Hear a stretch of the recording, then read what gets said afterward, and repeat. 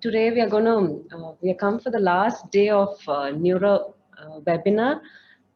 Today I'm going to we are going to have two different things. One is I'm going to complete with the head injury assessment and management, and then Rebecca ma'am and myself and Tina, we will do a little bit of neuro assessment, what was asked for yesterday. So I will start off with the neuro assessment, in particular to head injury, and assessment. I will be a little fast, and I will spend little time with management of how we manage patients with head injury.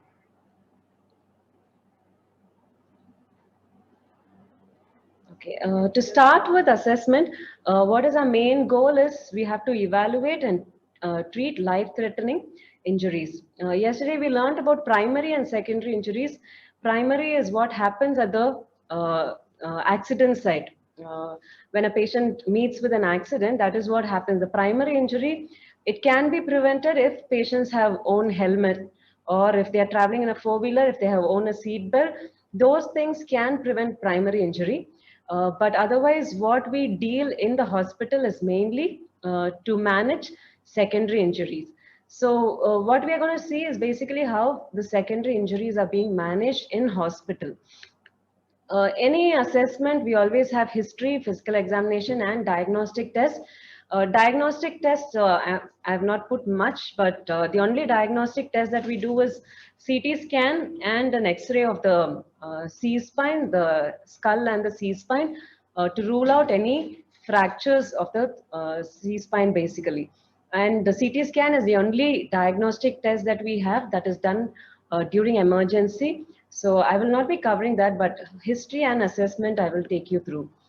Under history, we want to know the patient details, certain details, because age matters. Both children respond really well even after they have head injury. The ma'am was talking about neuroplasticity.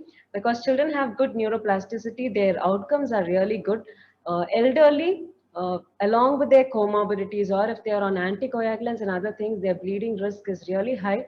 So patient details is very important.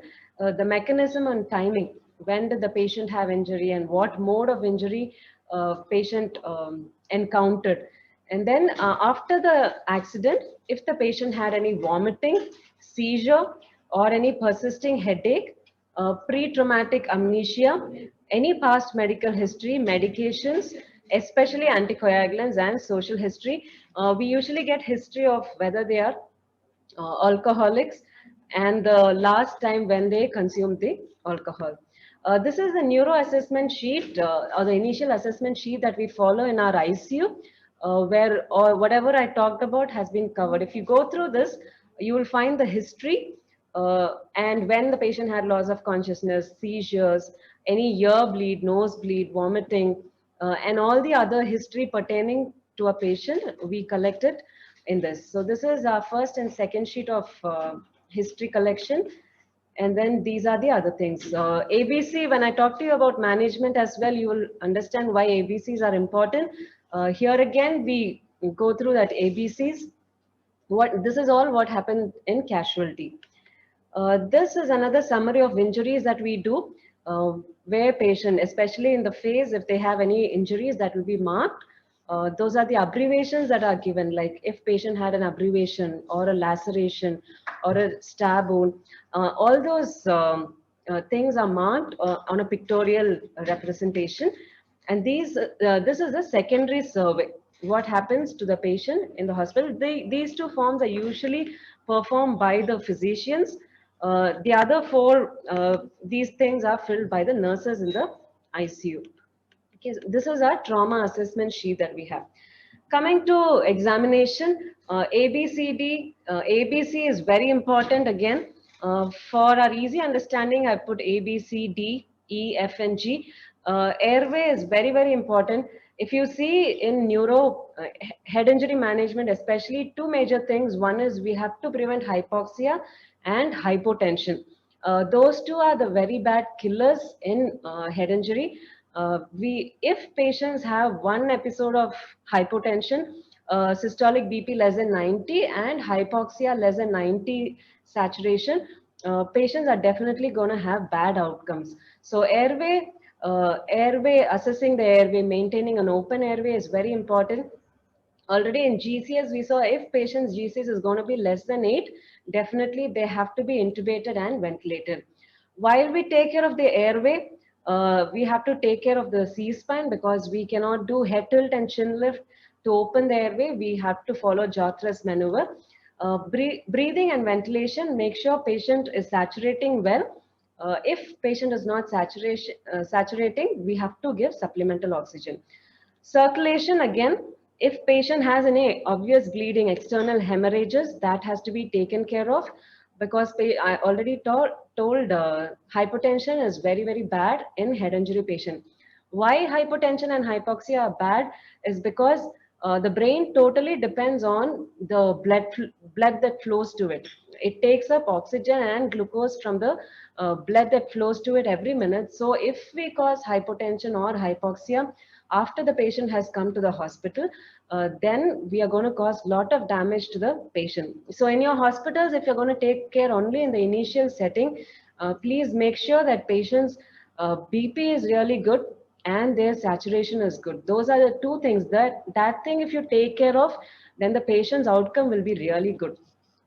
Coming to disability, I will talk to you about that. Exposure, FAST and GCS. Okay, disability assessment, mainly observe the patient's responsiveness. Here we are going to check the level of consciousness of a person using GCS. GCS, again, ma'am is going to talk to you about it, how to assess GCS in a patient. But GCS is one important assessment that we do for our patients. One simple way of knowing is earlier forms we had AVPU, where the patient is alert. V is for responding to verbal stimuli. P is for responding to painful stimuli, and U is unresponsiveness. At least this AVPU, if you can remember and perform it on a patient, that's the quickest assessment that you can do. Look at the pupils of a person. Pupils, again, we're going to teach you after I'm going to finish this.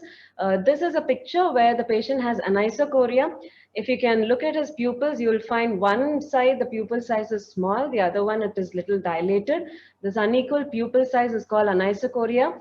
Yesterday we saw if a patient has an EDH, they can present with ipsilateral dilated pupil. So we have to be very careful when a patient has unequal pupil size.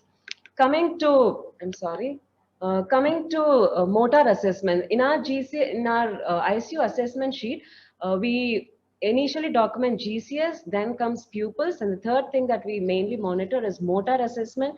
In motor assessment, we generally look for if the patient is able to move all four limbs or if they have any weakness.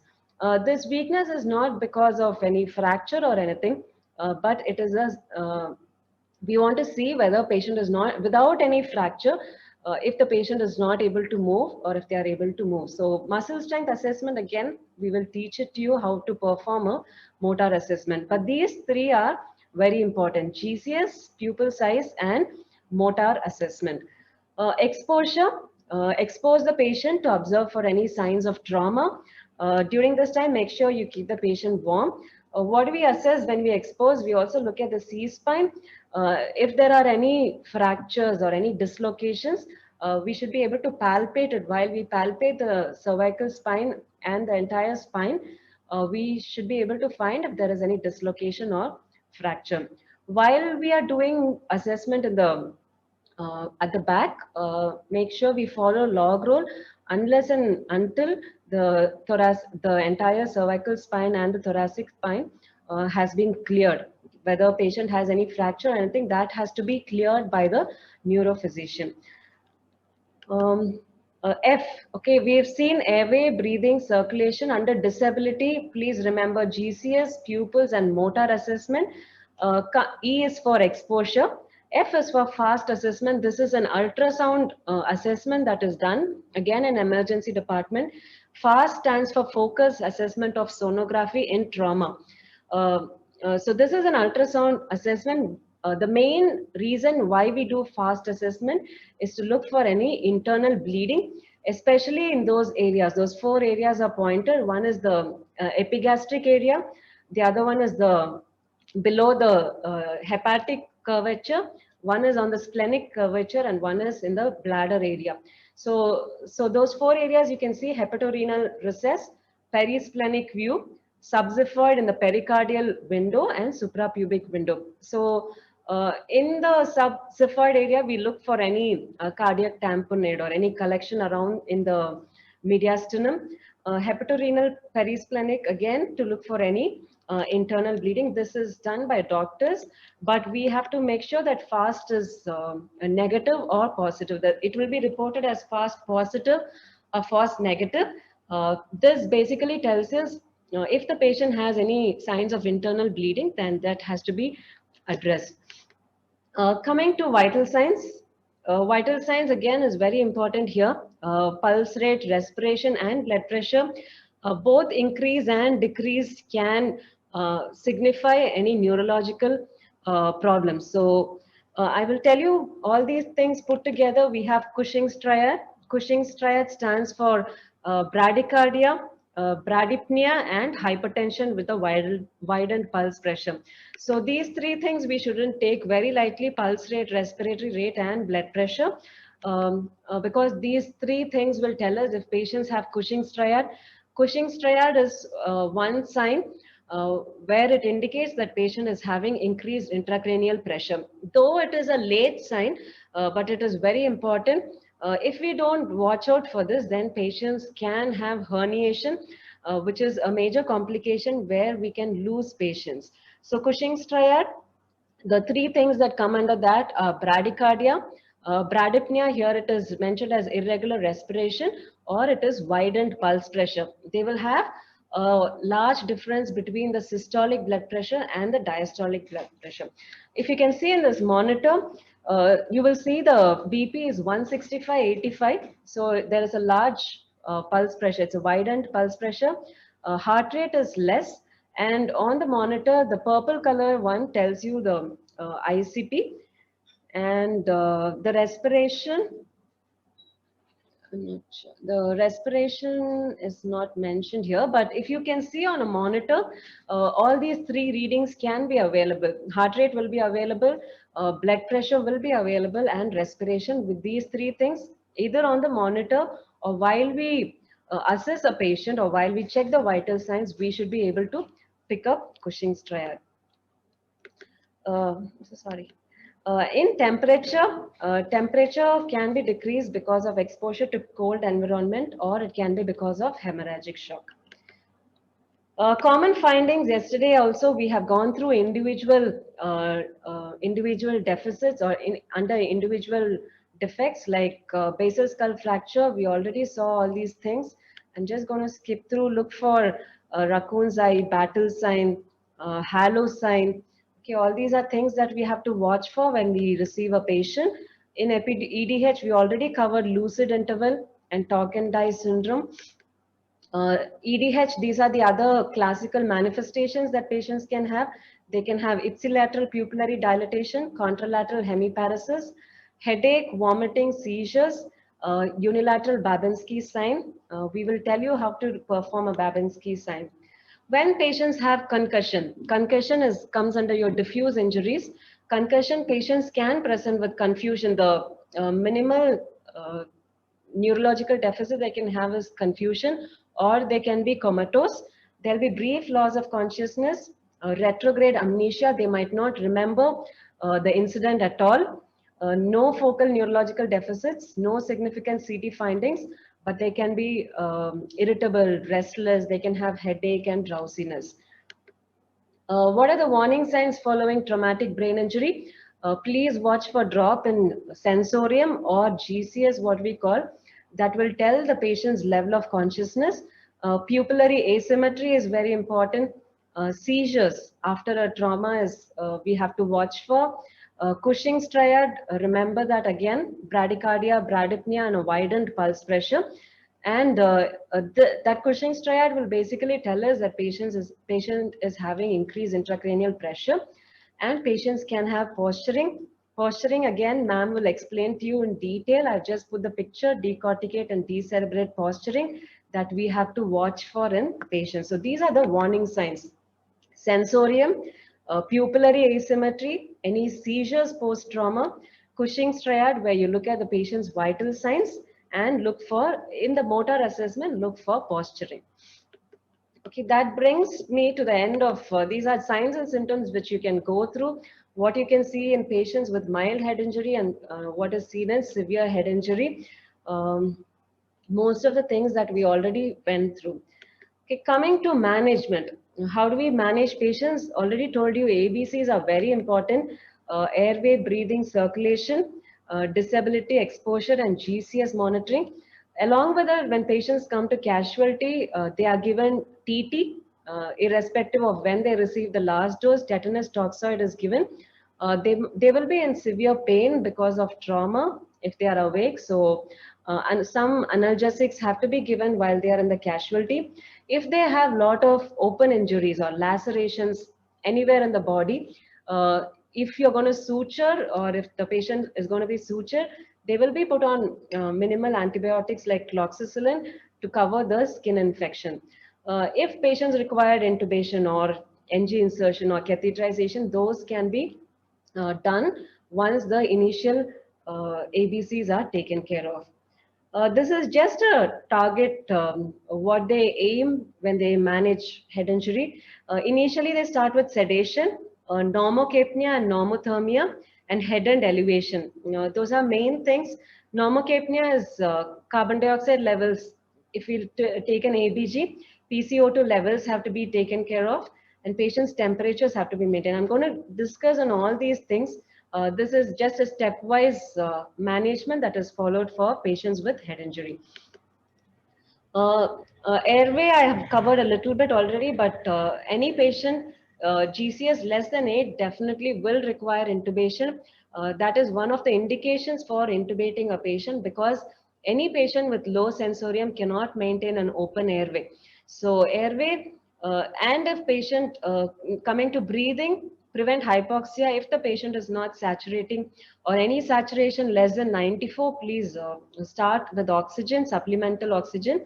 Circulation, prevent hypotension. If you can, at the end of this session, if you can remember two things, please remember how in head injury, we have to prevent hypoxia and hypotension. That's the, I can tell you the take home message of head injury. Prevent hypoxia and prevent hypotension, because they say even one episode of systolic blood pressure less than 90, it has been studied that patients have had bad outcomes post trauma. Disability, take care of the C-spine, because while we are taking care of all the ABCs, if you're going to manipulate the neck very badly, then patients, even if they had minimal injuries, with our manipulations, patients can end up being tetraplegics or paraplegics. So please take care of the C-spine.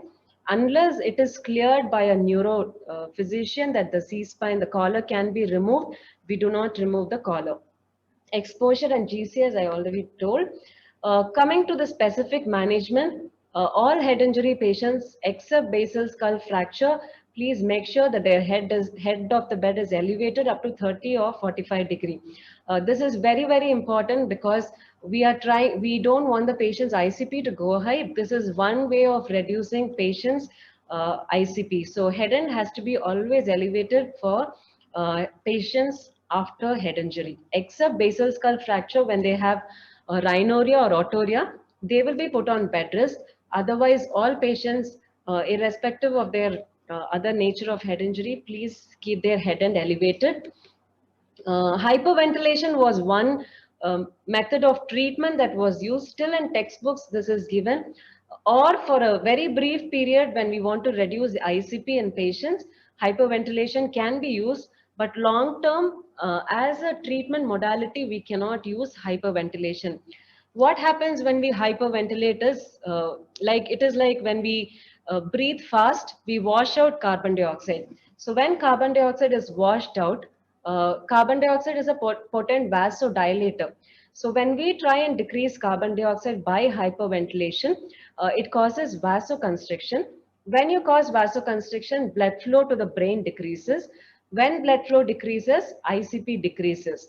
But this is An easy way, when a patient is on a ventilator, you can easily increase the respiratory and cause hyperventilation, increase the respiratory rate and easily cause hyperventilation, and you can immediately see a decrease in ICP. But then if you look at the long term thing, the way by which we are reducing ICP is by decreasing the blood flow to the brain. Okay, decreasing blood flow is not at all advisable. So that is why hyperventilation is not used as a routine practice for decreasing ICP. Um, Coming to hypotension, hypoxia, I'm repeatedly covering that, but hypotension initially cover with fluid.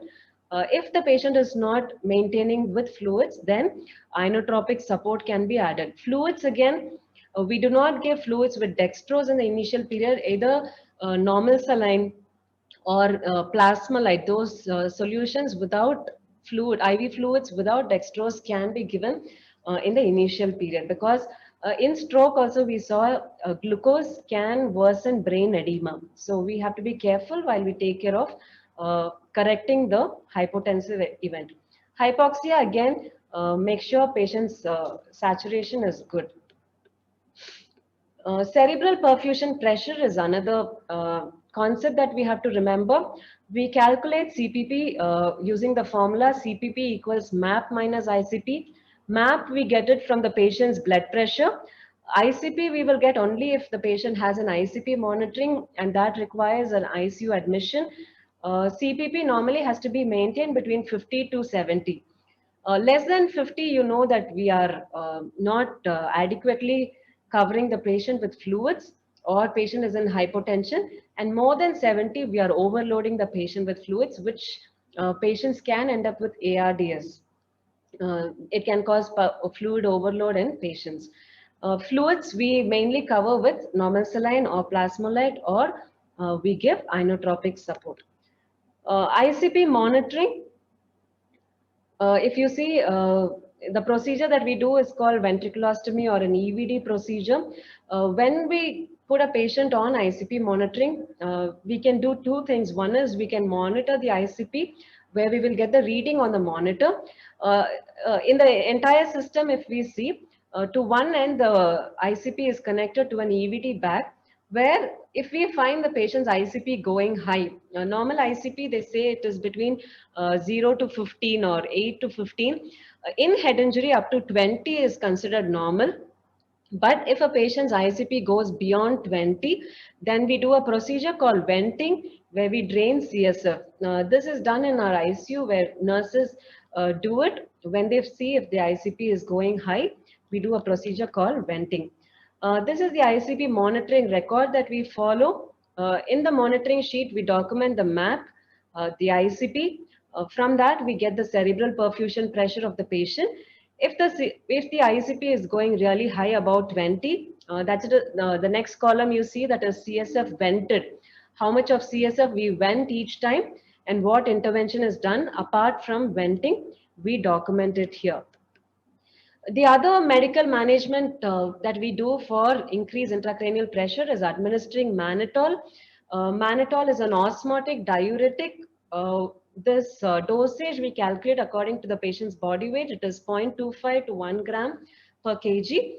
Usually mannitol, we get it as a 20% mannitol in 100 ml. It's a pouch, and we administer it Q6 hourly. Each 100 ml Q6 hourly is the order for mannitol, and it comes within the patient's body weight.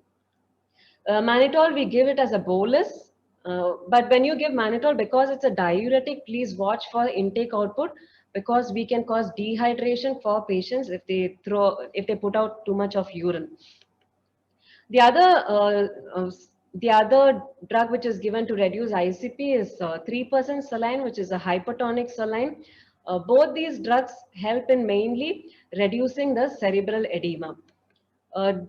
We never give steroids. Steroids are not at all required, because generally we think whenever patients have edema, steroids act like an anti-inflammatory in reducing the edema. But in head injury, steroids have proved to be very, very dangerous. So we don't give steroids at all for our patients.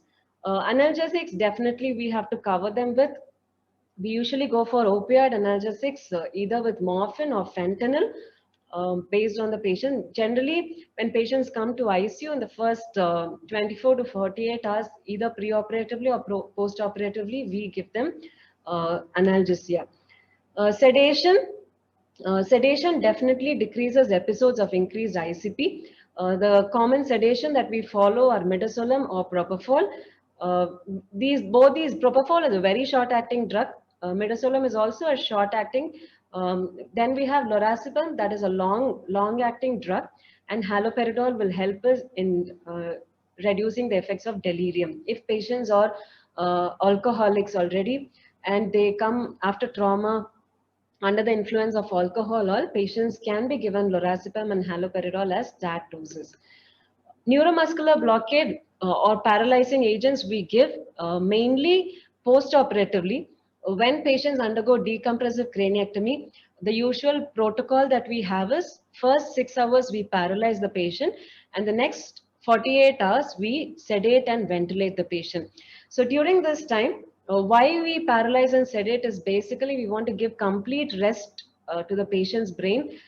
We don't want their ICP to be increasing either because of pain or because they become restless or anything. We don't want them to be fighting or agitated. So we put them on paralyzing agents and sedation. Paralyzing agents, uh, initially we were giving Pavlon and Vecuronium, but now different protocols are being changed. So we follow Rocuronium. Uh, Vecuronium is given when patients have tachycardia. Glucose control. If patients, why glucose is important is sometimes even though patients are not diabetic, after head injury, we have seen quite a few patients whose GRBS goes really high post trauma. Uh, we do not know why that thing happens, but then even young people in their 30s or 20s, they come to our ICU post trauma, their GRBS goes really high. And for these patients, we follow the insulin sliding scale according to whether they are previously diabetics or not diabetics. Temperature control is again important. They say both hypo and hypothermia is not good. Hypothermia, though it has a neuroprotective effect, we don't use it as a treatment modality, but we keep the patient's temperature at the normal range. But if patients have fever or hypothermia, that has to be treated aggressively. If you see in the temperature range, lower temperatures are, if you see that picture there, lower temperature gives neuroprotection, but higher temperatures are neurotoxic. Why neurotoxic is one thing is when temperatures go high, the body's metabolic demand goes high. And when the body's metabolic demand goes high, the oxygen requirement goes high. So it becomes like a cycle where brain will require more and more blood and more oxygen, which can be dangerous for them.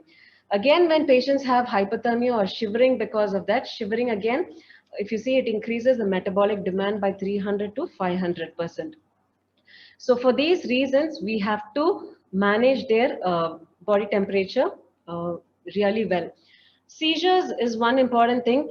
In post-trauma, seizures are classified into three things. One is early post-traumatic seizure, immediate post-traumatic seizure, and late post-traumatic seizure. It's called PTS. Early is within 24 hours, like trauma happened, and within one day, if patients develop seizure, it's called early PTS. If the seizure happens between 1 day to 7 days, it's called immediate. And if it is beyond 7 days, it is classified as late post-traumatic seizure.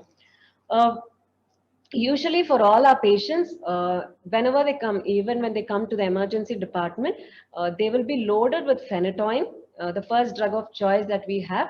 Nowadays, they also give fosphenytoin as a loading dose. Um, and then if patients are allergic during the course of their hospital stay, then it is changed either to levetiracetam or sodium valproate.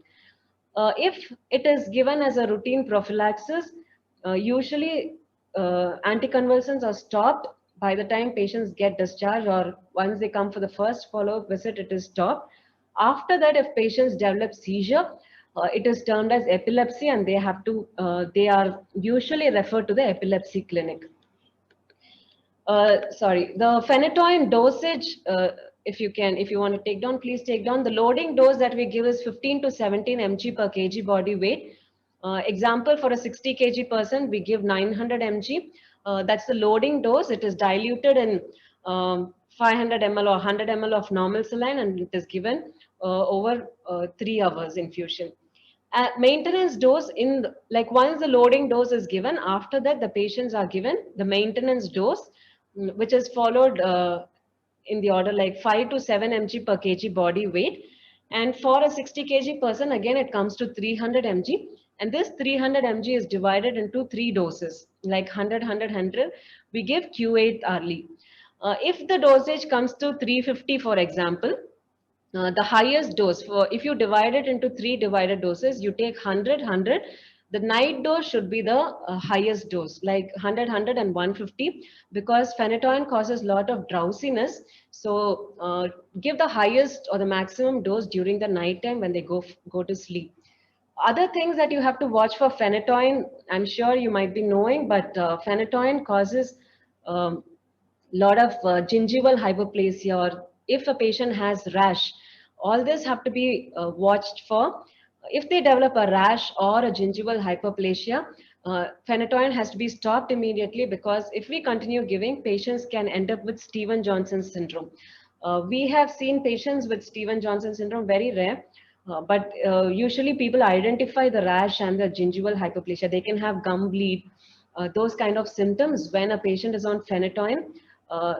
One thing we have to watch for. Other thing, if patients go home with phenytoin, please teach them to watch for these complications.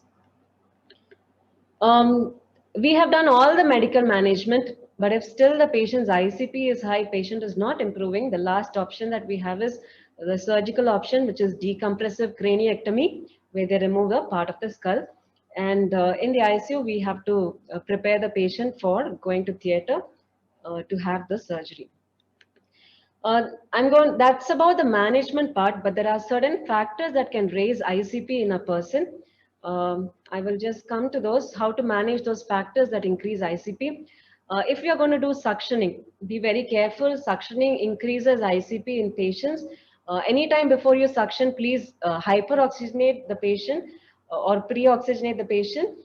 Do not do Q2 early suctioning, it is not required. If you find the patient has secretions or gurgling with secretions, then you do a suctioning. Otherwise, Q2 early suction is not recommended.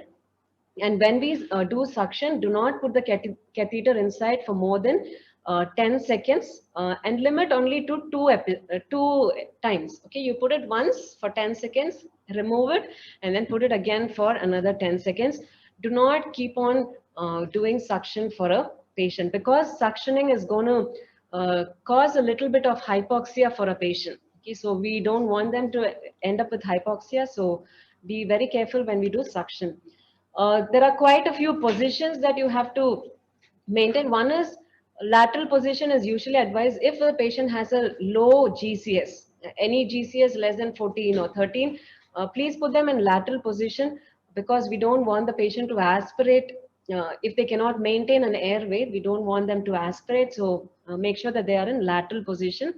The other position that you have to avoid is lateral flexion. Okay, the neck shouldn't be laterally flexed, because when the lateral flexion is there, we can compress the jugular vein and prevent the venous return. Okay, when the venous return we impede the venous return, patient can have increased ICP. So please avoid lateral flexion in the neck. So the neck has to be maintained in neutral position. Strictly avoid the following, the 4 things. Lateral flexion of the neck should be avoided. We never put prone or Trendelenburg position for our head injury patients, because that again can increase ICP by increasing the blood flow to the brain. Extreme hip flexion or flexion of the upper legs have to be avoided. We again don't want the patients to strain or have Valsalva maneuver if they have constipation, because when they strain, their intra-abdominal pressure increases. When intra-abdominal pressure increases, the thoracic pressure increases, and that can increase ICP. Okay, ultimately, ICP increases, so bowel management has to be taken care of. We give them stool softeners to avoid constipation. Avoid isometric muscle contractions. All these might look very simple, but these are factors which can increase ICP in a person. Like if you have restrained a patient, if they are going to fight against the restraint, or when they have shivering or decortication or decerebration, all these can increase ICP. Emotional upset. Sometimes we tend to talk next to a patient about their prognosis, or if two of them were going in a vehicle, the other person died, or if you're going to talk all these emotionally upsetting things near the bedside, they say these stimuli can also increase ICP in the person. So be very careful, avoid unpleasant or stimulating conversations. They say hearing is the last sense that diminishes in a person, so be very careful what we talk near the patient's bedside. Avoid noxious stimuli. Noxious basically means unpleasant or painful stimuli. Okay, what these are common stimuli which can be taken very lightly, but these can again increase ICP in patients. One is a clamped catheter. Okay, we try to clamp catheters to see if the patient has a sensation to void, but if we clamp it and forget it, bladder distension can be a very painful stimuli which increases ICP. Okay, removing the micropore or a tape from the patient's skin. If they have too much hair, when we pull the hair, all patients can have pain. Loud noises from the monitor, or sudden jarring of the bed, or sometimes we drop the chart at the patient's bedside. Bright overhead lights. When we do neuro examination, we give painful stimuli. These again, all these are painful stimuli which can tend to increase ICP in a person. Almost the last point is avoid clustering of nursing activities. We think that we have to do all nursing activities together so that we can finish all our work. But if we cluster and do all our activities, again, it can be too much of a stimulus for the patient, can increase ICP. All right. One quick mnemonic that we have for summarizing the nursing care. It is called A faster. C for what? I will just put all these things. A stands for adhesives, where we have to watch for if patients are on any invasive lines, or whether they are secured adequately. If they are on an invasive central line, or the endotracheal tube, or a catheter which needs securing, make sure these lines are adequately secure. F stands for feed. Okay, we have to start nutrition for a patient. At least by 48 hours, we have to start. Post trauma, we have to start feeding in a patient. If you remember in your undergraduate period, you would have learned about this Cushing's ulcer, which can happen in head injury patients. So we don't want patients to end up with those ulcers. So feeding is initiated within 48 hours. Analgesia, I already talked to you about. Opioid analgesics are given for patients. Sedation, whether mild sedatives like midazolam or haloperidol or lorazepam. Sometimes if the patients are alcoholics, they'll be put on quetiapine. Okay, all these are drugs which are given to keep the patient not becoming too much restless. DVT prophylaxis is important if the patient is going to be bedridden. We initially start with limb exercises. We don't usually go for TED stockings, but if your hospital they follow, please use TED stockings, or if they are on heparin, any anticoagulants, in order to prevent DVT. Head and elevation is very, very, very important. Ulcer prophylaxis, again, to prevent this Cushing's ulcer. All patients will be on pantoprazole. Okay, and G is for glycemic control. This is about management of head injury. The last is home care preparation. There are quite a few teachings that we give patients. Even while they are with us, we prepare them on these following topics. One is cognition and being active. We usually tell that normally our tendency in, especially in Tamil Nadu, all if patients become sick, the main advice is take rest. Okay, but here in head injury patients, we don't advise them to take rest because we want to give activity for the brain so that they come out of their that brain related deficits fast. So we ask them to be active. Okay, we want them to follow the day and night routine. So they have to be active during the day and they can sleep as usual during the night. So the day and night orientation has to be given for patients. Patients give them mild activities, not activities which require some danger, because anticonvulsants can be drowsy. So give them activities like watching TV, or talking to friends or family, reading newspaper, or in home simple activities like sweeping. All those things can be done by patients.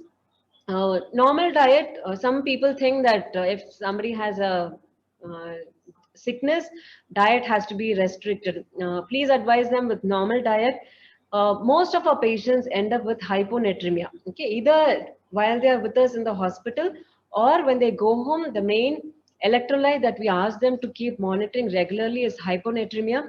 This is because of the complication that happens after head injury. So when patients go home, we advise normal diet with extra salt. The maximum salt that we go up is additional salt is up to 20 grams. It starts with 12 grams, 16 grams. If they have very low hyponatremia, then we go up to 20 grams. NG feeds, it is really easy to give this extra salt, but if they are taking normal diet, we really have to be very careful, because it is not a nice thing to have salt, that to additional salt like this. But somehow we teach patients to give it in buttermilk or lime juice, something like that, where extra salt can be maintained in these patients. Otherwise, a lot of patients come back to us with hyponatremia, which can be very dangerous for patients. If the patient has undergone surgery, ask them to have hair wash. After they wash their hair, the suture line, we remove the sutures when they leave the hospital. So after they go home, make sure that they take hair wash and keep that area dry. Regarding anticonvulsants, ask them to take it regularly. If they are on phenytoin, please ask them to watch for the complications or side effects of phenytoin. Phenytoin toxicity, those signs and symptoms they have to watch for. And if they have anything, they can report it to us. Warning signs, I will talk about it. We have a follow-up for patients exactly 1 month after the trauma. They are asked to report to the brain injury clinic, where the patients are regularly followed up. Agitation, patients can be very restless, patient can be very agitated post trauma. Most patients usually say, they after the head injury happens, they lose their old self. They become very angry, they become very irritated. So that has to be told to relatives that it is expected, and slowly patients will come out of it. So agitation management can be little new for the caregivers, so we have to teach them. What are the warning signs that they have to watch for when the patient goes home? After they go home, if they have either one of these symptoms, they have to immediately uh, contact. One system that we follow in our ICU is, we give our ICU phone number. If patients have any one of these problems, they call us and ask for the doctor's opinion. If they have to come or report to the hospital, they come back to the hospital. But if that can be addressed at home, we ask them to do the necessary things. So if patients have vomiting, any bleeding from the nose, sometimes in the hospital the otorrhea and rhinorrhea would have settled, but after they go home they can have otorrhea and rhinorrhea. That has to be reported. I talked about late post-traumatic seizures. If they have a seizure at home, if they have blurred or double vision, diplopia, or if they have poor coordination or clumsiness, any new weakness. Okay, they go normally, but suddenly you find that they have right-sided weakness or left-sided weakness, difficulty swallowing, sensitivity to noise, any slurred speech, suddenly they lose their speech, confused behavior, or severe or persistent headache that is not relieved by paracetamol. So any one of these symptoms, if the patients have when they are at home, they have to immediately come to the hospital, because it can indicate that some sequelae is happening, or something adverse is happening in the patient post trauma. These are the main discharge teaching that we give for our patients when they go home after their treatment for head injury. I think that's all from me about the assessment and management. If you have any doubts, please post your questions. Any doubts in whatever I have covered? regarding management and assessment.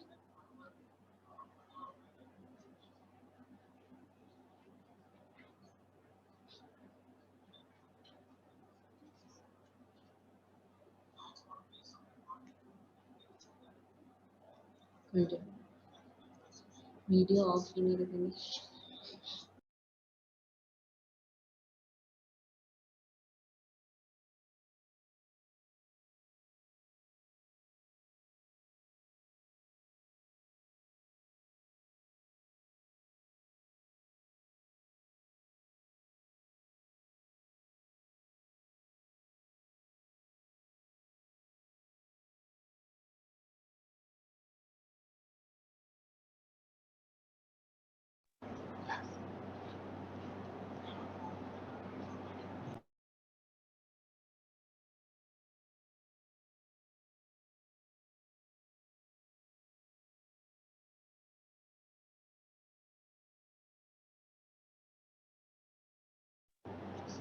Hi, Malapap. Thank you for your patient listening, and thanks, Deborah, for that elaborate discussion. There was a question, is there any antidote for phenytoin toxicity? The minute phenytoin, one or two drugs, the anticonvulsants, phenytoin, sodium, not sodium valproate, carbamazepine, they both actually produce some adverse reactions. The minute we observe any rashes, it should be immediately stopped. We cannot give it, there's no antidote as such, but even a small rash or ataxia or nystagmus, immediately the drug should be stopped and reported so that we can change it into another anticonvulsant which does not have so much of problems. Phenytoin sodium is the drug of choice in head injury. There are new second generation drugs which has come, levetiracetam. There are many drugs. They are very good with less side effects, but studies have proved that for head injury, if it is for normal epilepsy, any other condition, the other drugs will help. But in head injury, they have found that phenytoin sodium is the best drug of choice. So there is no antidote, but we have to immediately stop it and start on something else, sodium valproate or levetiracetam or etc. Does that answer your question? Who asked it? Sangeeta, is that answer adequate or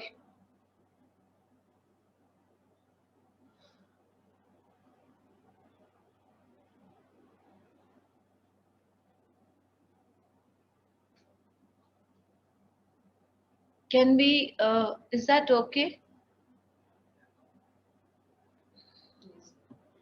Okay, thank you. So with that, we cover the cerebrovascular accident and craniocerebral injuries. Those are the two that we decided to discuss on. But because yesterday we were asked to uh, give some points on the neuro assessment or how to assess patients with neurological illness, we suddenly decided we'll do a short nursing assessment presentation. So this particular session comprises of nursing assessment, simple basic aspects of nursing assessment.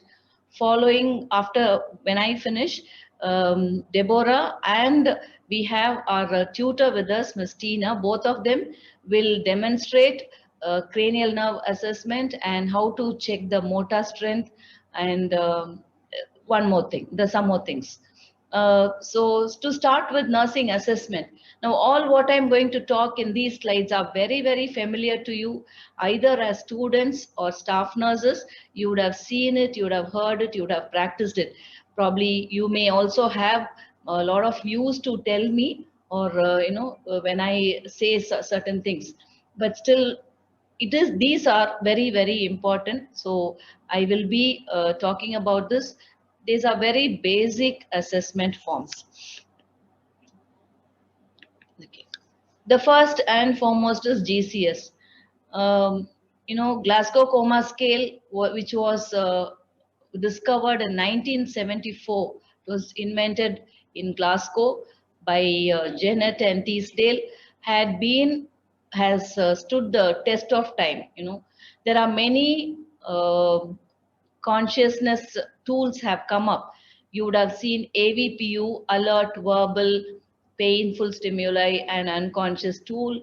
We have force score, we have mini mental status. There are many, many tools which have come, but GCS stands the best.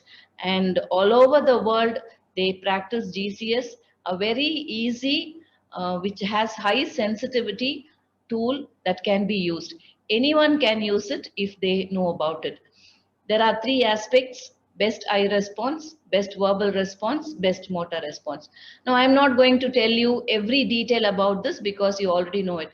I want to reiterate on certain aspects alone.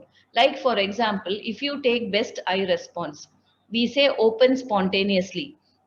Now, when you say open spontaneously, a person who's unconscious because of an acute injury, they are always closing their eyes. So when suddenly, when they open their eyes, that has to be taken as open spontaneously.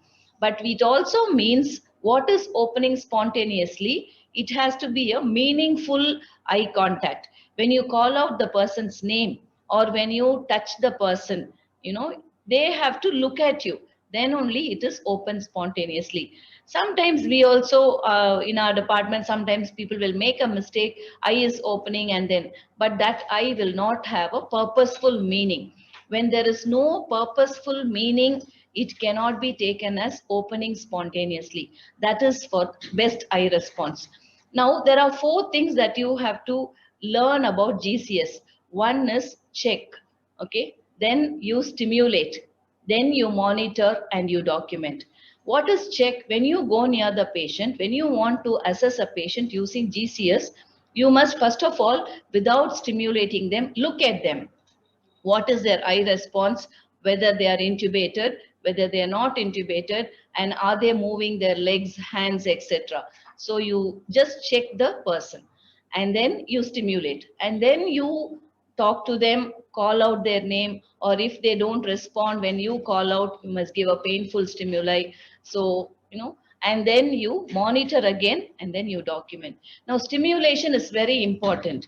When in the best verbal response, when a person is not responding, you ask, what is your name? The person does not, person keeps quiet or the victim keeps quiet. Then you have to say, tell me, what is your name?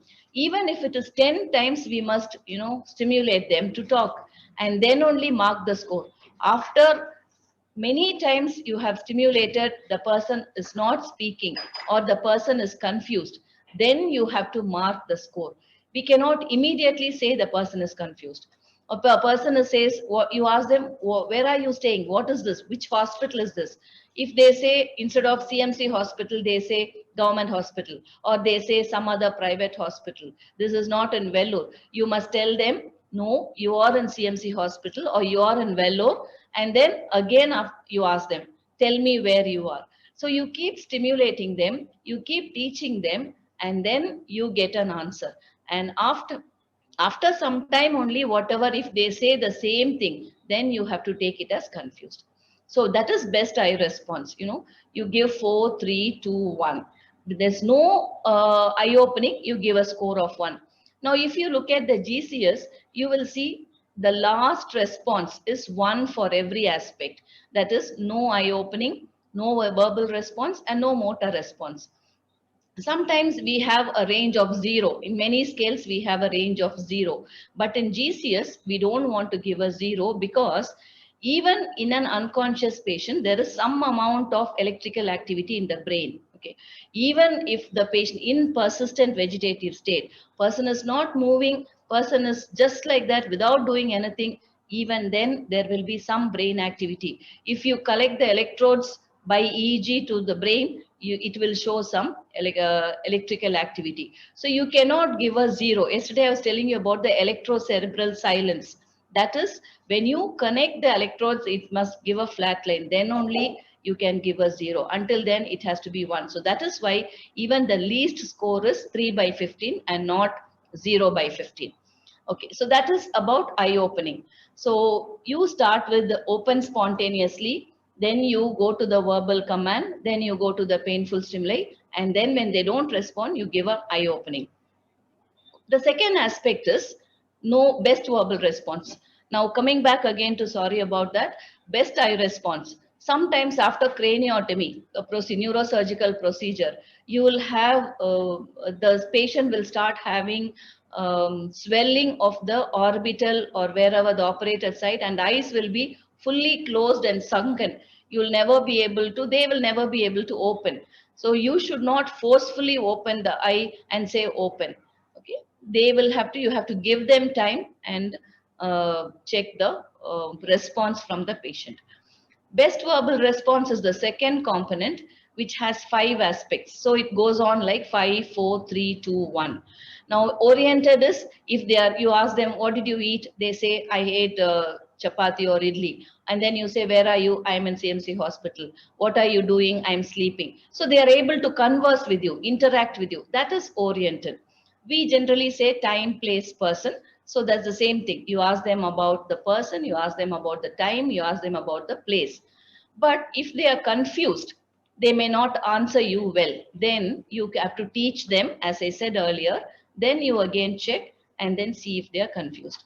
Inappropriate words is answering, in 1 word or 2 words irrelevantly. That is what is inappropriate. You ask them, what is your name, and they say I want to go, talking inappropriately or not even in sentence, in 1 word or 2 words. That is inappropriate. Incomprehensible sounds is when you give a painful stimuli, they will say oh, like that. That does not give you any meaning. That is called as incomprehensible. You are not able to understand the sounds. So, and then if there is no response at all, no verbal response, the person is not opening their mouth, then you give a score of 1. So these are the 5 components you check. Now in this, I want to say there may be patients who are intubated, there may be patients who are not intubated. If they are not intubated, you can just give the score like that. But if they are intubated, because of the tube is there in their mouth and they're not talking. So you don't want to give a score of 5 or 1, because you may think that the person has an ET tube, that is why he is not talking. But when you remove the ET tube, you may find that the person is still not talking. Okay, so then all the score that you had given earlier will be a wrong thing. So you don't want to do that. So what we teach in GCS is whatever you observe at that particular time, you must record like that. So then you give a score of T. You don't give 5, 4, 3, 2, 1, but you give a score of T, alphabet T, to say that this person is intubated. So I do not know what is the response.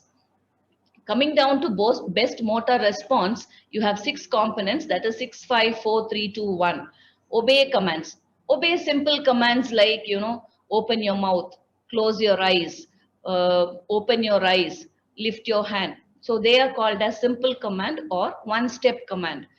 But there are also complex commands or 2-step command. That is, you will say, lift your left hand and touch your right ear. Okay, so that is a 2-step command. Now, why do we always prefer giving 2-step command? It is sometimes, 1-step command. Like you say, open your eyes. And when you say open your eyes, maybe coincidentally the person is already opening the eyes and you will think that he opened his eyes because you gave that command. So just want to make sure that he's really obeying your commands. You must always give 2-step command. You should say, lift your right hand and show 2 fingers.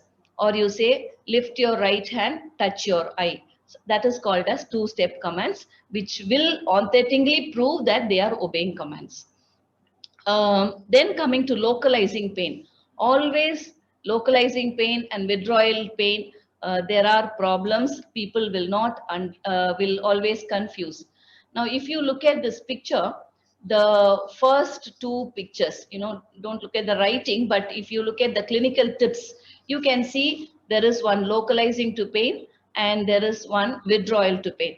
Localizing is when you give a painful stimuli, the person's hand, healthy or not unaffected hand, should go to the area where you're giving a painful stimuli. For example, if you're giving a trapezius pinch, the hand should move to the trapezius area. If you are touching the cheek, then hand should go to the cheek. That is what is called as localizing to pain. Whereas withdrawal to pain is the hand does not move at all. It just moves slightly. There is some abduction or adduction you can see, but the hand does not go to the localizing area. So that is the difference between localizing and withdrawal to pain. Okay. So localizing, if the person is localizing, you give a score of 5. If the person is withdrawing, give a score of 4. Now these 3 commands, the first 3, obeying commands, localizing pain, withdrawal to pain, all 3 are, normal activities, not only for unconscious patient, for all of us, anybody who's conscious also. If a mosquito bites, automatically your hand goes to the area where the mosquito bites, or when someone is pinching you, you give resistance and then you try to move that particular thing. So all these 3, obeying commands, localizing, withdrawal from pain, all that are normal activities or normal responses. So if the person has M6, we call it M6, M5, M4, M3, M2, M1. So if any person who was unconscious is improved to M4 from M3 or M1 to, he's improving to M4 or he's improving to M5 or M6, you're very happy. M6 score is the a very important score which tells you that the person is coming back out of that unconscious state. Okay. The last 3 steps, that is flexion to pain, extension to pain, no motor response, are abnormal responses. It means that there is a problem in the brain stem. We were talking about the brain stem in the first class session, that is where the medulla oblongata, midbrain, pons are all there. So when that is involved, person has more problems. And so I will show you what is flexion. And so abnormal flexion is this, where the hands curled inside and they really do not move the hand, but they have an abnormal flexion. Extension is, the hand is extended, the limb is extended. So that is abnormal extension and abnormal flexion. So if you have a person responding like that, then they are low scores, which tells that the person is still in a bad shape. That's abnormal flexion, abnormal extension. And if there's no motor response, then you give a score of 1. So this is how you will do a GCS, and the maximum score is 15 by 15, and then a minimum score can be 3 by 15. Now this is used in an adult. If you look at the pediatric coma scale, it's similar. The scoring is the similar, but there are 1 or 2 things different. So I have shown you more than 1 year, what you can do, less than 1 year, more than 5 years, those kind of things. So if you see there is no change in the eye opening, it is still spontaneously verbal command to pain to response.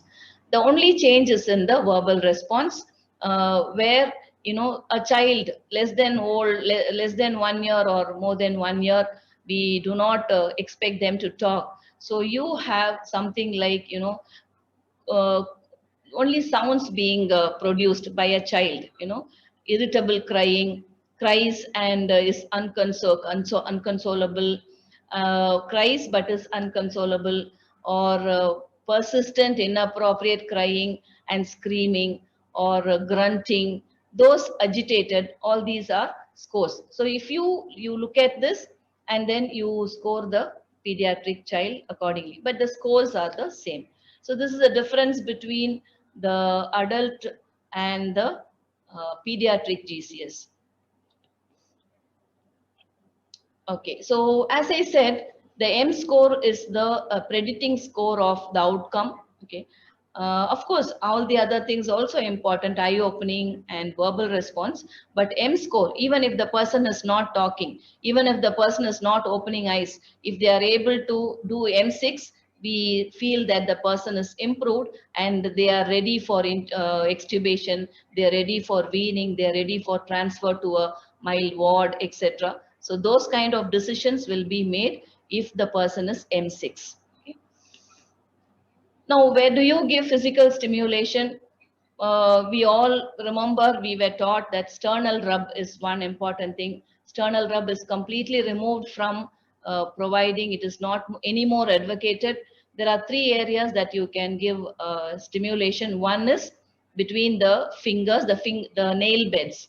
You can press the nail beds or give painful stimuli, or trapezius pinch next to the neck, the shoulder blade. So there you can give a nice squeeze.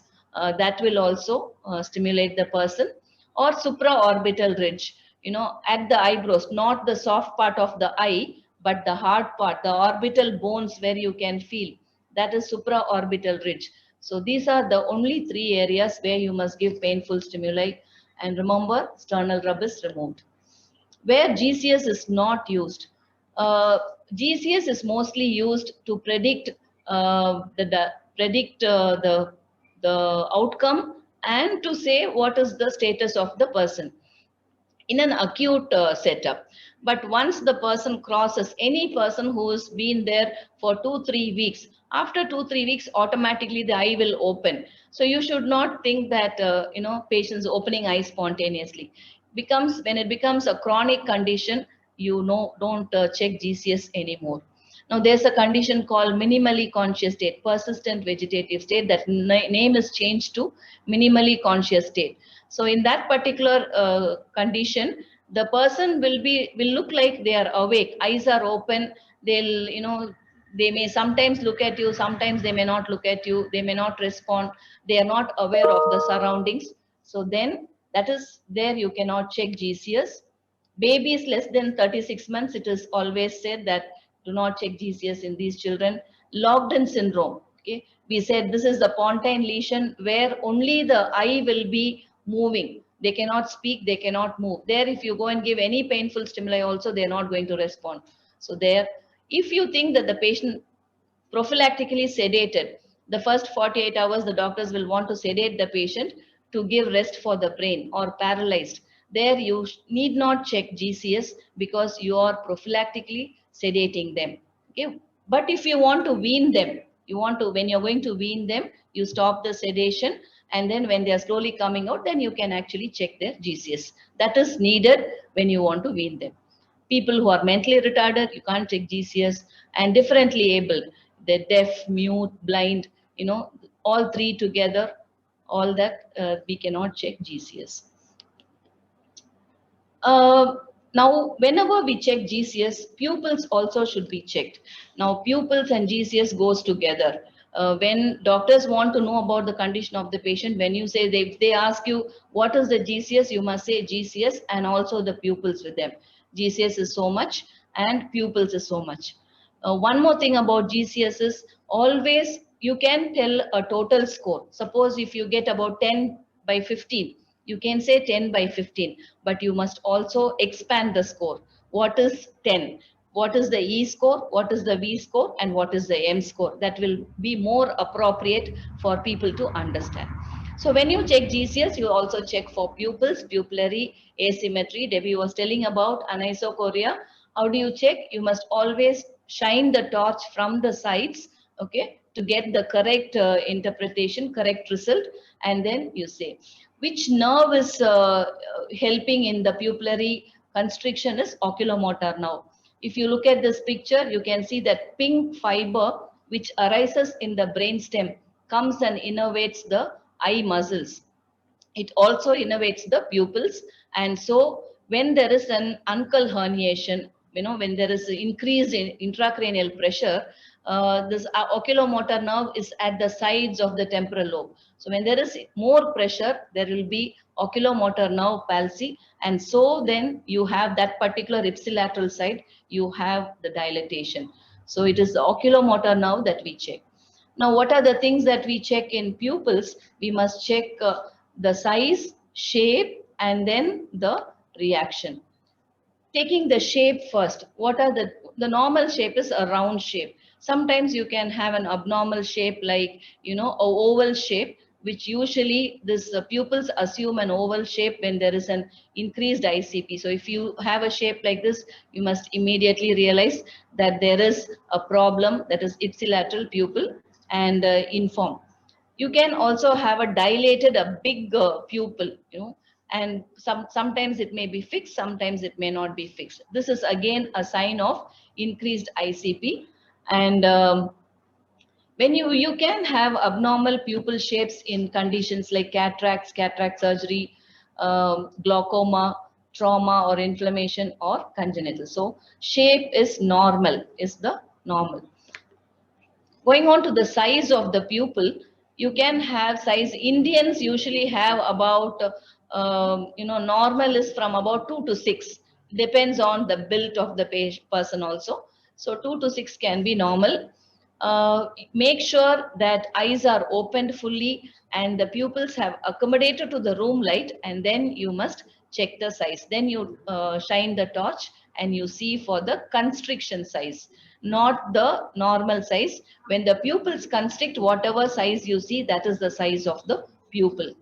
A difference of 1.5 millimeter between the pupils is accepted. Okay, less than 1.5. Okay, suppose, because when I check, it may be, for me it may be 2 and 2.5, but another person is checking, they may say it is 3 and 3.5, or 2 and 3. So that difference will always be there, but anything more than that must be immediately reported. Coming to reaction, you can describe it as brisk, sluggish, non-reactive, fixed and dilated. Brisk is the minute you shine the torch, quickly the pupil will constrict. Sluggish is it takes time to react. Non-reactive is it's not at all constricting. Fixed and dilated is it's big and it is not at all moving. So that is how you interpret. Sorry for that jumbling of slides. So you have normal when you find both pupils are equal, and anisocoria is when one pupil is bigger than the next. So you can have an unilateral dilated pupil whenever there is a nerve compression. When there is bilateral dilated pupils, it usually means midbrain injury. And if there is irregular pupils, it means orbital trauma. And conjugate gaze, you know, when there is a deviation in the gaze, that's usually a frontal lobe lesion. And you have pinpoint needle, pinpoint pupils, very small, it usually means pontine bleeding or pontine lesion. Now there's a new component which has come, which is GCS pupil score. You have to look at the pupil reactivity score and then you calculate this. So when you're checking, if both pupils are unreactive, you give a score of 2. If one pupil is unreactive, then you give a score of 1. If neither pupil or both pupils are reacting, you give a score of 0. So you calculate the GCS and minus the pupillary unreactive score, and then you tell the G. For example, if you have GCS 10 and if the person is having both pupils unreactive, so you will minus 2 from 10 and then say a score of 8. This is a new thing, but if they want to practice, they can practice. But generally, we are not doing this. We can always do GCS and pupil separately. So the third component when you assess a patient is limb movements. Straight now, the Deborah and Tina will demonstrate to you how do you check the motor power. But when you don't check a motor power, you can just generally say normal power. You say lift your leg, lift your hand, move it, touch here, touch there. That's normal power. And then you say whether there's mild weakness, moderate weakness, severe weakness, extension, spastic flexion, etc. Whatever you find, you must write for all the 4 limbs. Okay, you must say right upper limb, left upper limb, then right lower limb, left lower limb. So all 4 limbs you have to mark what you see whenever we check the. Importantly, posturing. You don't see posturing in all the patients. There are 2 kinds of postures which I want to talk to you. One is decerebrate posture and decorticate posture. Okay. And this is decorticate posture. Whenever you have a person having a midbrain lesion, or generally if you see this posture, you know that the person is in very bad shape. Even there's increased ICP, you will have Cushing's triad. We listed out the whole list of symptoms that you have to see. When you ignore those symptoms, when nothing is being done, patients will eventually go into decorticate posturing, which means the brainstem is dying. Okay, so it is very important. We should not see this. It is good that we don't see this, because if you see this, you know that the patient is not in a very good position. Okay, what is decorticate posturing? The hands go into flexion, closed hands, and the legs are internally rotated, as you can see there, and the feet is turned inward, and the arms are adducted and flexed against the chest. This is called as decorticate posturing. You have decerebrate posturing, where head and neck are arched, legs are straight, toes are pointed downwards, and arms are straight extended. This also tells that there is a problem in the brain stem or the midbrain. So these two are very important,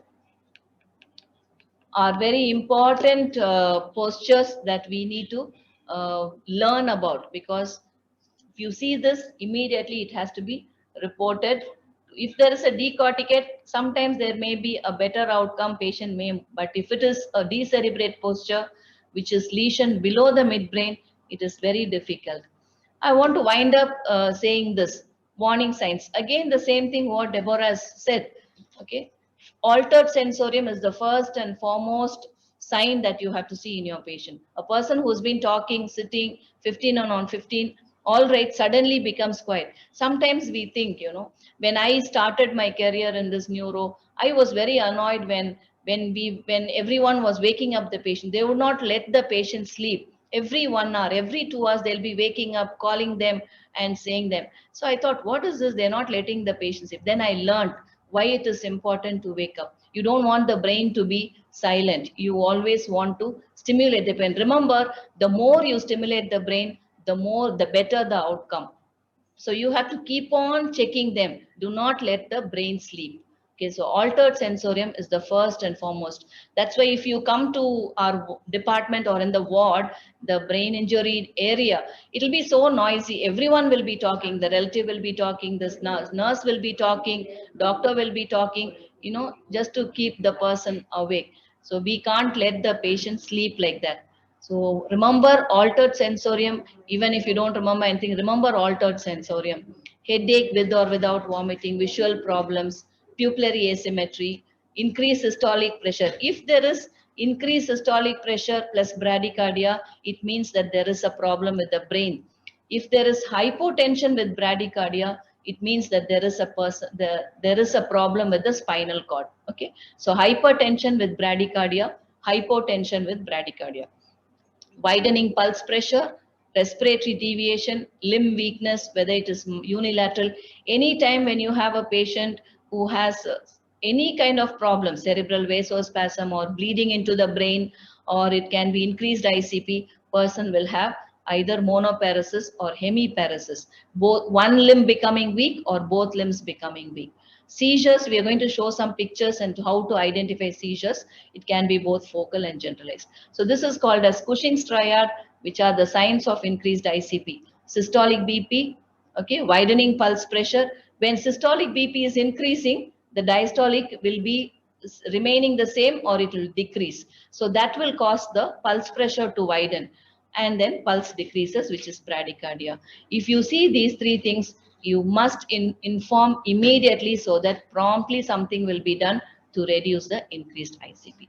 So I stop with this because we have some more things to go.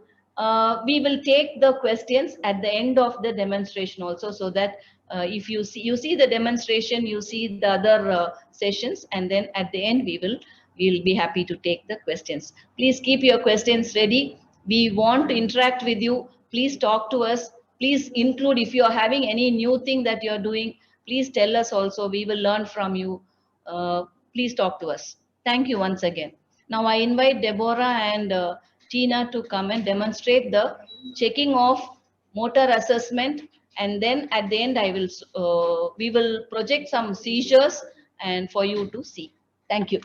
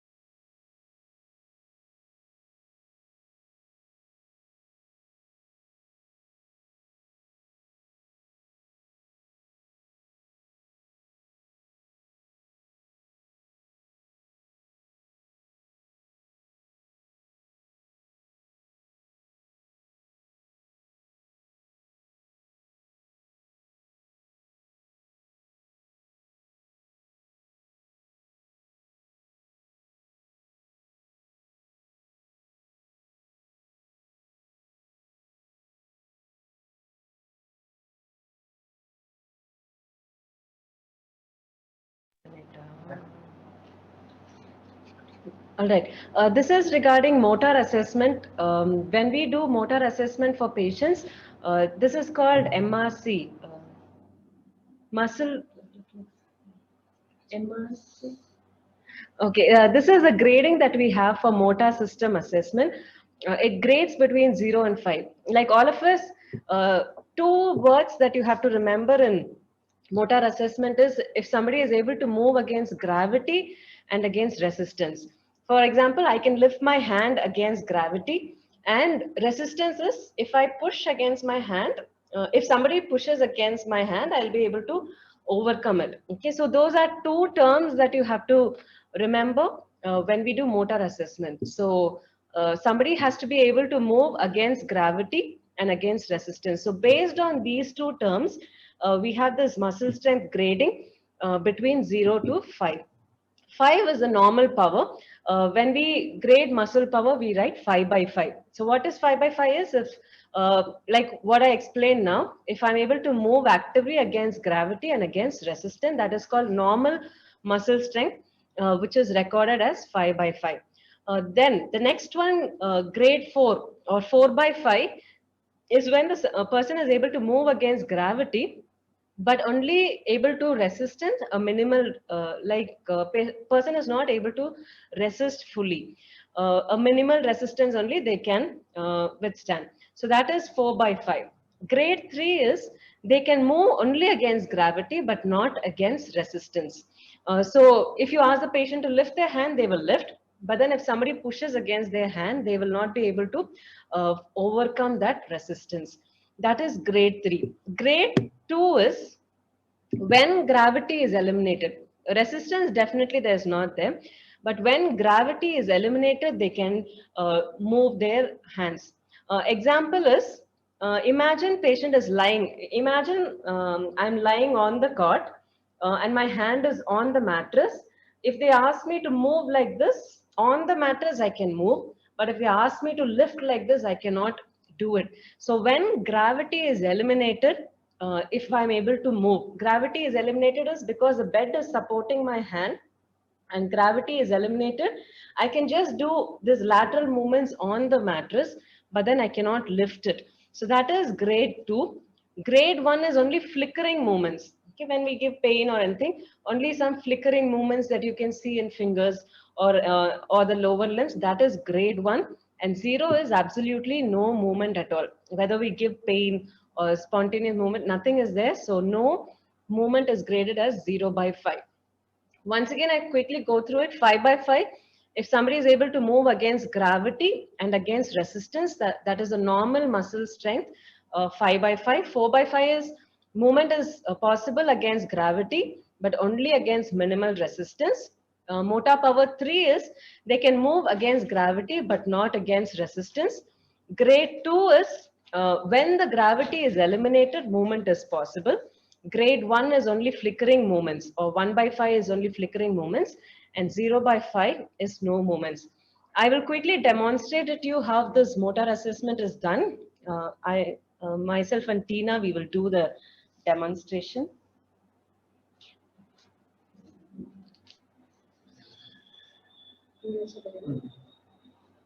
No problem, I can zoom out also. That's not an issue. Sit. Did you understand the grading, motor grading? In the grading between 0 and 5, if you have any doubts, please ask. Otherwise, I will demonstrate how we do motor strength assessment. Motor strength assessment, again, it is done for the upper limb and the lower limb. The main muscle groups that we check are the biceps. Previously. We do for the upper limb at 3 possible joints. One is the shoulder, the elbow, and the wrist joint. And at the lower limbs, we do at the hip, the knee, and the ankle joint. So those are the 3 possible movements in the upper limb and the lower limb. So when I'm gravity, I can ask the patient to lift their hand if they're able to do it. Tina, can you lift your hand? Okay, so patient is able to move against gravity. So that is graded. Now, how do we do for checking resistance? Resistance, for example, the possible movements of the shoulder are abduction and adduction. So when I'm checking, what I will do is, I will give resistance to Tina, and Tina has to move against resistance. So I will demonstrate it here. I'm going to push against your hand and you have to push outside. Okay, so Tina is able to move against resistance. So that is abduction. Adduction, when I check, I have to put my hand on the inner surface, and then again I give resistance and Tina has to bring her. So she is able to move against resistance. So this is for the shoulder. When it comes to elbow joint, ask the patient to hold the hand like this. We are going to check the 2 possible movements of flexion and extension. So flexion, what we are going to do, I will press here and ask the patient to flex the hand, and I'll give pressure here and ask the patient to extend. So that is elbow flexion and extension. Again, for the wrist, wrist again 2 possible movements, flexion and extension. So ask the patient to have their hand like this. You give pressure. This is for checking extension, and you give pressure. This is for checking flexion. So these are the possible movements in the upper limb. Okay. The other thing is grip, hand grip. We check hand grip. One is ask the patient to hold my finger tightly, and you try pulling it. So this is to check the hand grip of the person. So this is for the upper limb. So at the shoulder joint, we have abduction, adduction. At the elbow, we have flexion, extension. At the wrist, again, flexion, extension, and we check hand grip. Any assessment, please do bilaterally. We have to compare between the right and the left side. Coming to lower limbs. Lower limbs, I told you, we have the hip joint, the knee, and the ankle joint.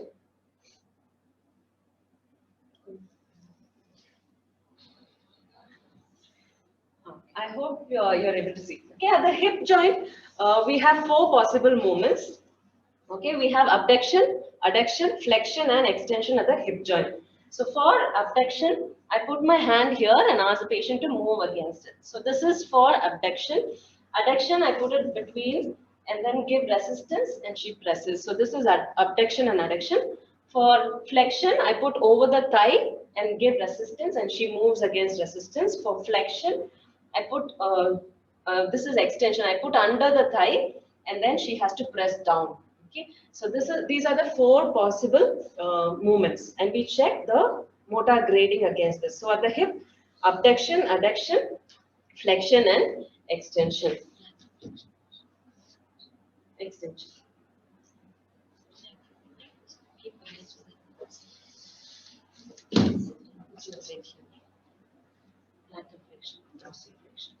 Okay. Lower limb, we finish with the hip joint. For the knee joint, what I will do is, okay, we're going to check flexion and extension. Again, knee joint, I put pressure against the calf muscle and she has to press down. So that will tell you flexion. I put resistance on the over the tibia or the shin bone and then she has to lift against it. So this is extension. So those are the two movements in the knee joint. For the ankle joint, we have two movements. One is plantar flexion and dorsiflexion. So I will put resistance over the sole, over the feet, and this will tell you dorsiflexion. Over the sole of the feet, I will put and ask the patient to press down. This is plantar flexion. So these are the grading that we do, and this is documented in the patient's chart. So shoulder joint, they will write SJ, what is the grading, 5 by 5 or 4 by 5. Based on the assessment that we have done, we document it according to the grading that we have done. Okay, it can be 5 by 5, 4 by 5, 3 by 5. Or the simple grading is normal, weakness, or no movement. Okay, in our IC documentation charts, we have these three grading between normal, normal, weakness, and no movement. Or the other grading we have is between 0 to 5. And we have a motor assessment, motor power chart, which we follow in our wards and ICU. So in that it is documented. So remember, upper limb at the shoulder joint, the elbow joint, the wrist joint, and the hand grip. At the lower limbs, we have hip joint, knee joint, ankle joint. We have plantar flexion and dorsiflexion.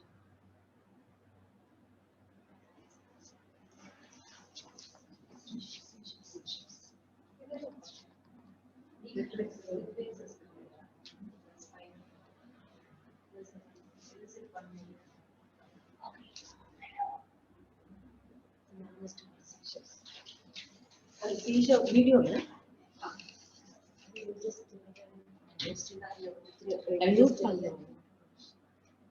want to explain seizures? Yeah.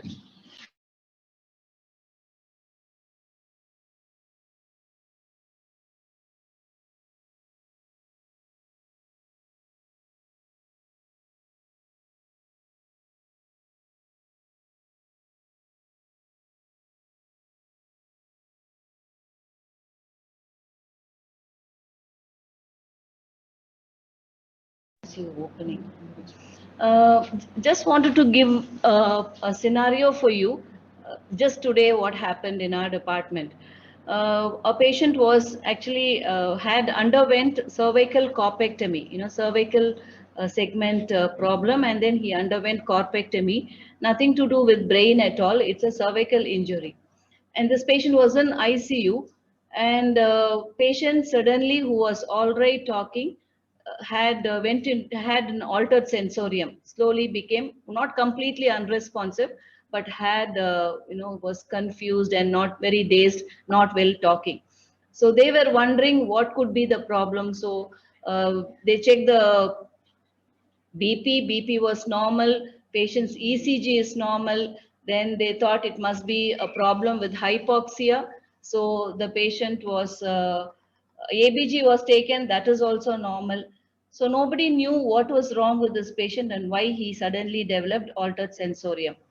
And then it was a nurse who picked up a very mild, subtle sign of focal seizures, very mild twitching of the eye and lip smacking. Lip smacking is, with the tongue when you normally, when something is very tasty, we touch that is called as lip smacking.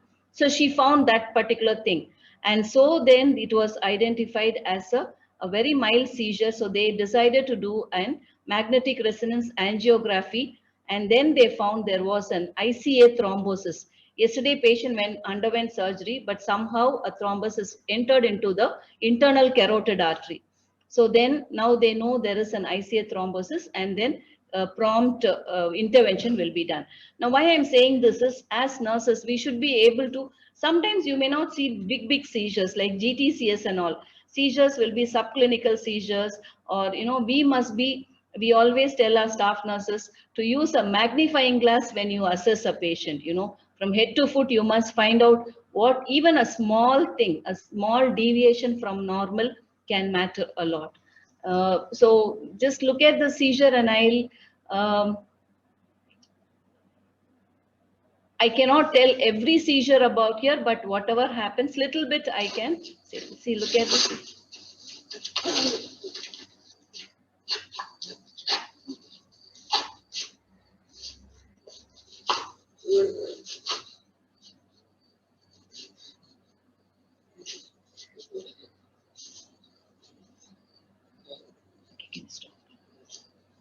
So this is called as a generalized tonic-clonic seizure. Generalized seizure is both bilaterally, all limbs are involved and the person is unconscious. Tonic-clonic, tonicity means the person's muscles goes into hypotonicity. There must be a normal muscle tone that is lost. So the limbs become very flaccid and paralyzed kind of thing. So that is the first thing that happens, tonic period. So the person falls onto the ground. Clonicity is movement of hand, the rhythmic movement of the muscles. It contracts, then relaxes, contracts and relaxes. That causes this clonicity. So it's called as GTCS or generalized tonic-clonic seizures. Now, sometimes when you ask the relatives, how long was the seizure? They will say half an hour, 15 minutes. Remember, no seizure will last more than 3 minutes. 3 to 4 minutes is the maximum time. So we have to watch for it, and the first aid for it, the person is still in the supine position, but immediately the first aid is put the person on lateral position, nicely on the semi-prone position so that the person will not aspirate. And if possible, we must give some oxygen. If not, immediately transfer them to the hospital. So this is called as GTCS. In the hospital, as nurses, immediately we must do a suctioning, clear out the secretions, give oxygen administration and monitor for time. And if needed, they will give an anticonvulsant or a midazolam to control or prevent a further seizure. The next.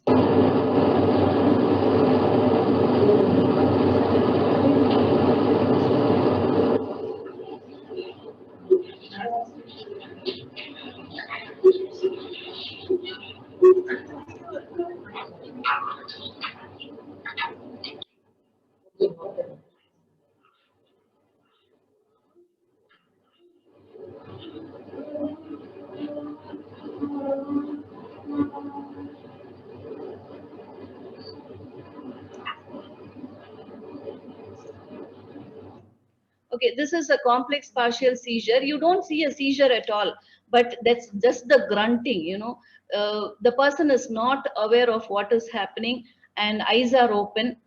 The new classification says you must first of all identify whether the person is aware or unaware, and depending on that only a seizure will be classified.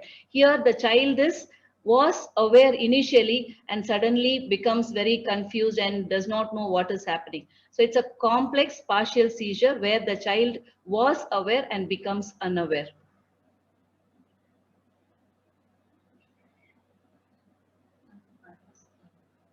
Okay.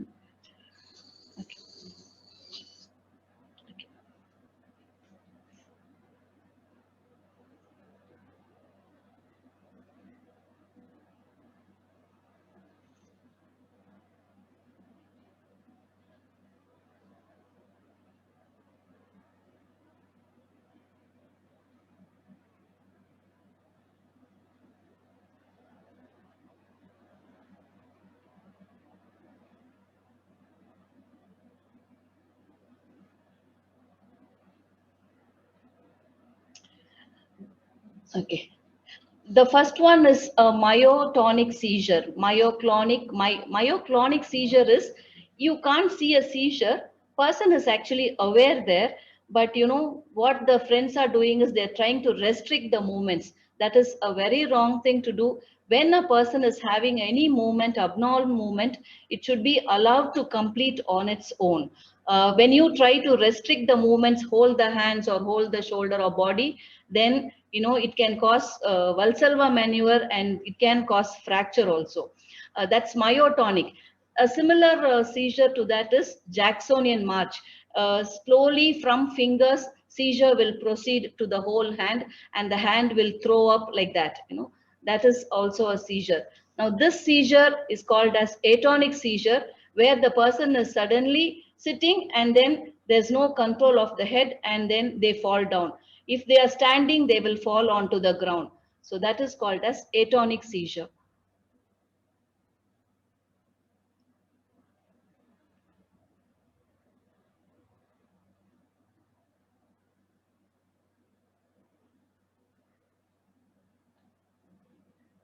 What do you think? You think the person is aware of the seizure?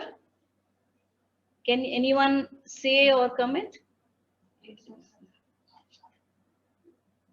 What do you think about the previous picture? The person is having a seizure and do you think is aware or unaware? Okay, the person is unaware of the seizure. He is going on reading, but one side the hand is going on twitching. So he is actually unaware of the seizure. But we really do not know whether he is able to read or not. It's a complex partial seizure. Slowly, if it is not treated, it can become a generalized seizure. The next is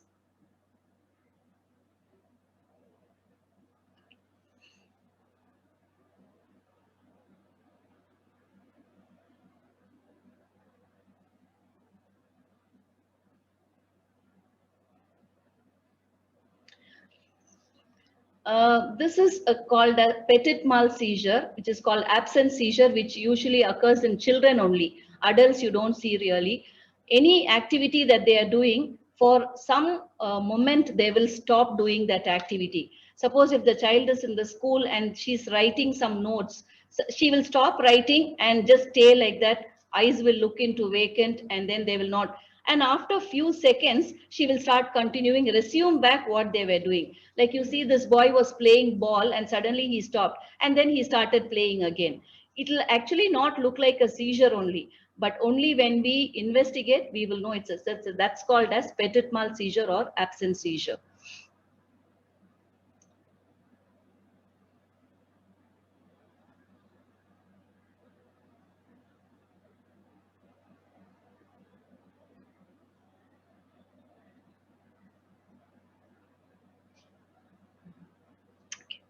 This is called a temporal seizure. Temporal seizure is not a motor seizure. You know, it can have again three things: aware and non. Here, the person is not aware. You know, they will have normally when we have patients in the ward, they'll have more of sensory seizures. They will say something is crawling on my body. Actually, it's an hallucination. You know, they identify that there is something, but it will not be there. So you can have an auditory hallucination, you can have a tactile hallucination. They will say, I'm having a bad taste in my mouth. That is also a temporal lobe sensory seizure. And this particular seizure is, he is unaware and he does not know what is he doing. So he becomes like it's called psychomotor seizure, which is caused by temporal lobe. In a frontal lobe, it's more of motor seizures, where you have rocking sensation. The person will keep moving forward and backward, or they will have bicycling. You know, the legs will, as though they are bicycling, the legs will move. That's called as bicycling. Now, temporal lobe seizures can also have gelastic seizures, which is laughing episodes. Suddenly an energy sprout and then they, you know, without any reason, they will start laughing. That is called as gelastic seizure. Sometimes they will cry. That is called as diacrastic seizure. Diacrastic seizure, okay, where they cry. So those are all temporal lobe seizures, or sensory seizure or sensory motor seizures. And seizure stops and he becomes all right.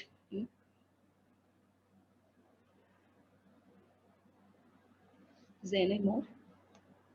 So these are some of this. Now there are subclinical seizures. You will not see anything at all. Suddenly in the ward, patient will quietly become and they will have staring spells. That is also a seizure. We must immediately report to the doctor saying the child had an episode of staring spells. That is also a seizure. So these are different kinds of seizures that you must look for in patients. And the first aid is very important. As I said, especially in GTCS, put them in lateral position and, you know, do suctioning. Do not give them anything to eat or drink until they ask for it. Sometimes, you know, you see when roadside, when there is a seizure, they will go buy water, soda and come and force the person to drink, or, you know, that should not happen. The person should become all right and say, where am I? What am I? Why I am sitting? And then only you know the person is conscious, then you give something to drink. This is a seizure monitoring record which says what is the time of seizure, what is the type of seizure, what was the duration of seizure, how many seconds, how many minutes, then what intervention was done, and the signature of the person who's doing it. So it's a simple seizure monitoring record which has to be maintained. And even if someone verbalizes, I saw a seizure, you must write saying the relative said that this person had this kind of a movement. That has to be recorded for better interventions. Thank you very much. So we stop here. I don't know what more you will need, but whatever we thought is important, we have given. Again, once again, I thank you all. Please ask your questions. We are willing, happy to answer your questions or queries.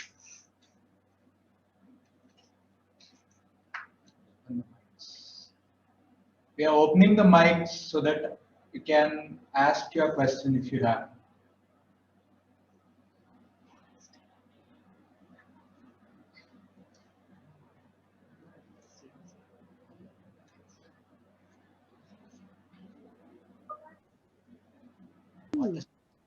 What is spasticity? Okay, spasticity is increased muscle tone. I said flaccidity, which is decreased muscle tone. The muscle has a particular tone. You're able to hold the hand like this. When the muscle tone is not there, you will not be hold like this. The hand will go down. That is called as flaccidity. Spasticity becomes very tight. Have you seen tetanus patients? If you have cared for tetanus patients, you know, the muscles become very stiff and the hands, you know, will become flexed motion or extension. That is called as spasticity. The muscle tone, the muscle becomes very tight and very hard. That is called as spasticity. Or rigidity. You can imagine the muscles being very rigid. That is called as spasticity.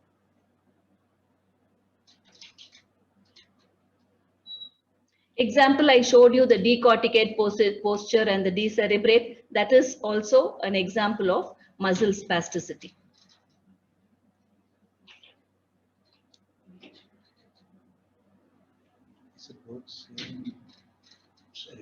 No, rigidity and spasticity are not same. There is a very slight difference between spasticity, between rigidity and, but then you can take it as if you see some increased muscle tone, then, there's something like a cogwheel rigidity or how the movement of the muscle, but it is not the same. They are two different things.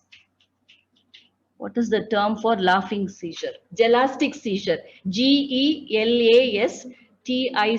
Now we should not think that everyone who is happily laughing and, for a joke and all, that is not a gelastic seizure.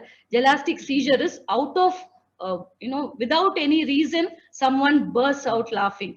That they'll go on laughing. They won't stop it. That is called as gelastic seizure. What is thromboembolic? Thromboembolic is a deep vein thrombosis. When a person develops a thrombus in one of the deep veins, you call it as deep vein thrombosis. And when this clot starts traveling, you call it as an emboli. Now, thromboembolic prophylaxis, what Deborah said is, you can prevent the stagnant, you can prevent the blood getting collected in one area. You can allowing the blood to, smoothly travel. So that is called as thromboembolic prophylaxis. Thank you for explaining.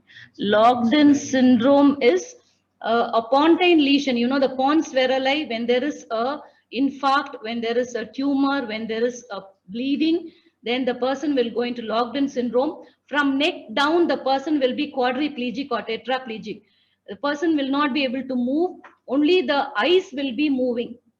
Eyes in the horizontal position, eye can move, but they cannot speak, they cannot move. That is called as locked-in syndrome. So even if you give a painful stimuli, they will not be able to respond to you. So that is why we say don't check GCS in them. Probably I think you're asking that question because of that. So locked-in syndrome is where the person is completely tetraplegic. Once again, explain locked-in syndrome. Is that okay for you? locked in syndrome? Was it? Huh? No, they won't feel.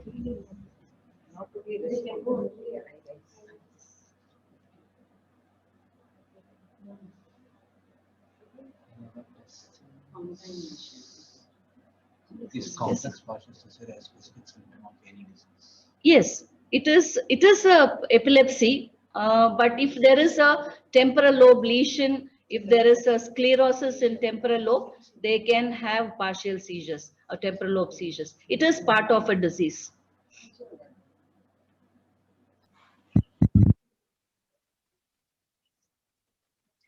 In all brain tumors, we can have this kind of seizures. Temporal lobe tumor, frontal lobe tumor, parietal lobe tumor, we can have the manifestation of seizures. There are so much more about seizures that to comprise very, you can go on talk about seizures.